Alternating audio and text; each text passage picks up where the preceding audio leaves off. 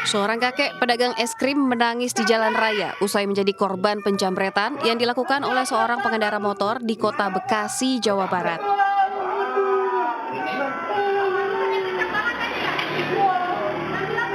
Detik-detik aksi penjamretan ini terekam jelas dalam CCTV milik warga.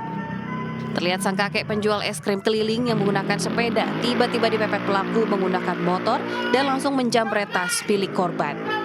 Korban yang panik sempat menjatuhkan sepedanya dan berusaha mengejar pelaku, namun sayang usahanya sia-sia dan pelaku berhasil kabur.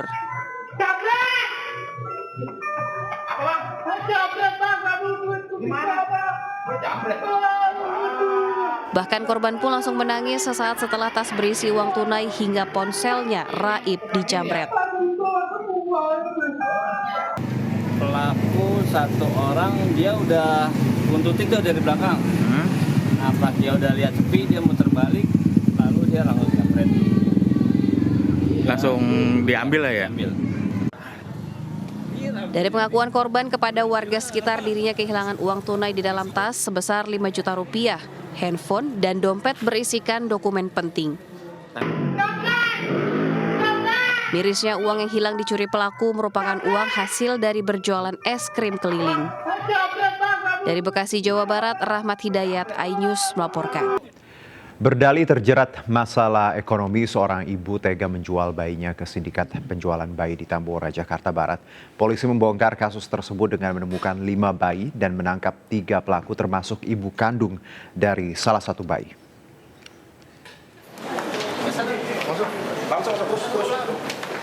Aparat Polsek Tambora dan Polres Jakarta Barat membongkar kasus perdagangan bayi di Tambora, Jakarta Barat.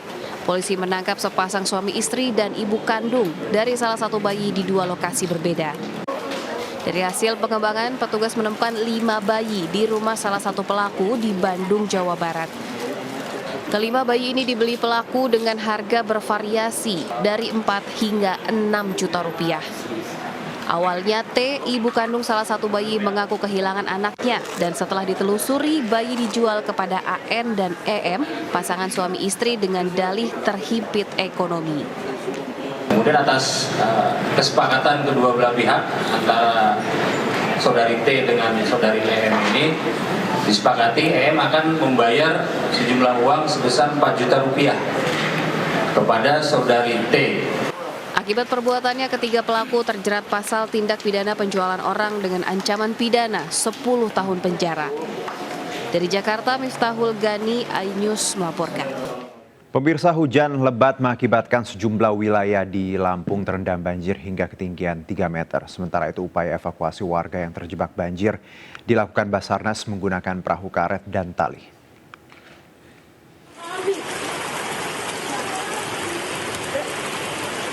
Banjir terparah terjadi di Jalan Nunyai Raja Basa, Bandar Lampung, Perumahan Al-Kahfi, dan kawasan Haji Mena Natar, Lampung Selatan.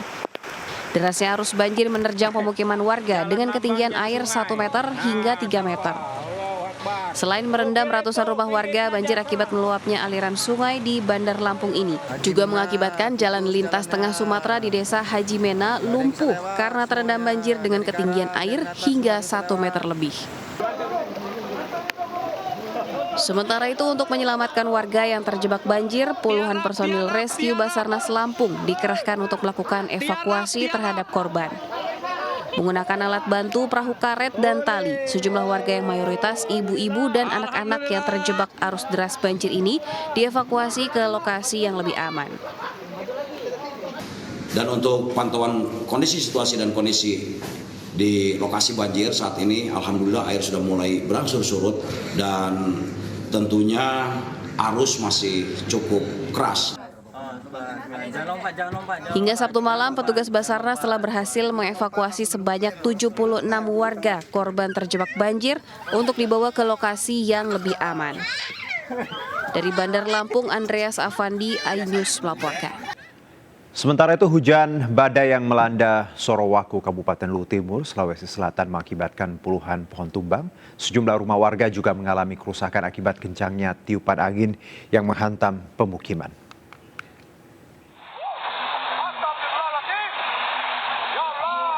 Jerit histeris dan kepanikan warga terekam kamera amatir saat hujan badai menumbangkan sebuah pohon di area pemukiman penduduk di Sorowako. Warga yang panik berlarian untuk menyelamatkan diri. Kencangnya tiupan angin membuat sejumlah atap rumah warga terangkat. Tidak hanya itu, banyak kaca bangunan pecah terkena ranting maupun benda yang ikut terbawa angin. Bencana ini membuat warga yang melintas di jalan utama menuju Bandara Sorowako harus ekstra hati-hati karena banyaknya pohon yang menutup badan jalan. Belum ada laporan resmi adanya korban jiwa, namun sebagian warga yang rumahnya mengalami kerusakan cukup parah kini mengungsi ke rumah kerabat. Terjadi di mana terjadi hujan deras yang disertai dengan angin kencang dan petir serta badai La Nina yang menyebabkan kerusakan beberapa fasilitas umum dan rumah warga.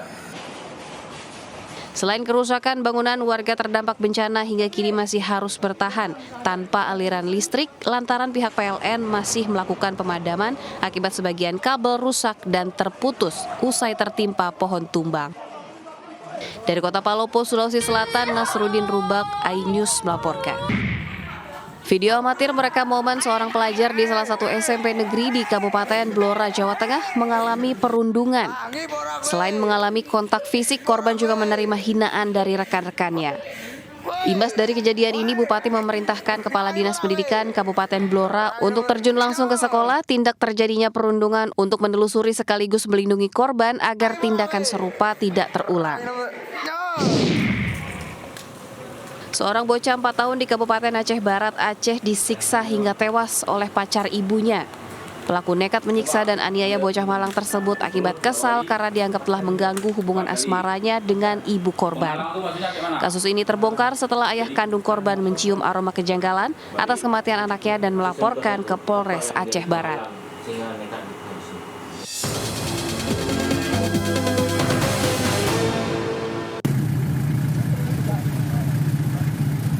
Sebuah mobil terbalik dan ringsek usai menabrak tanaman hias milik pedagang di Jalan Antasari, Cilandak, Jakarta Selatan.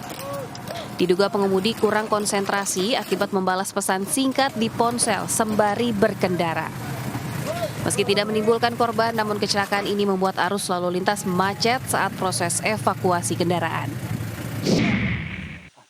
Tim SAR gabungan bersama relawan mencari seorang warga Kecamatan Kaliwungu, Kabupaten Semarang yang dinyatakan hilang usai menjadi saksi partai pada pemilu 14 Februari lalu. Tim SAR melakukan penyisiran di hutan Samirono, Kecamatan Getasan setelah ditemukan sepeda motor korban. Sebelumnya korban pamit hendak pergi bersama temannya dan tak kunjung pulang ke rumah.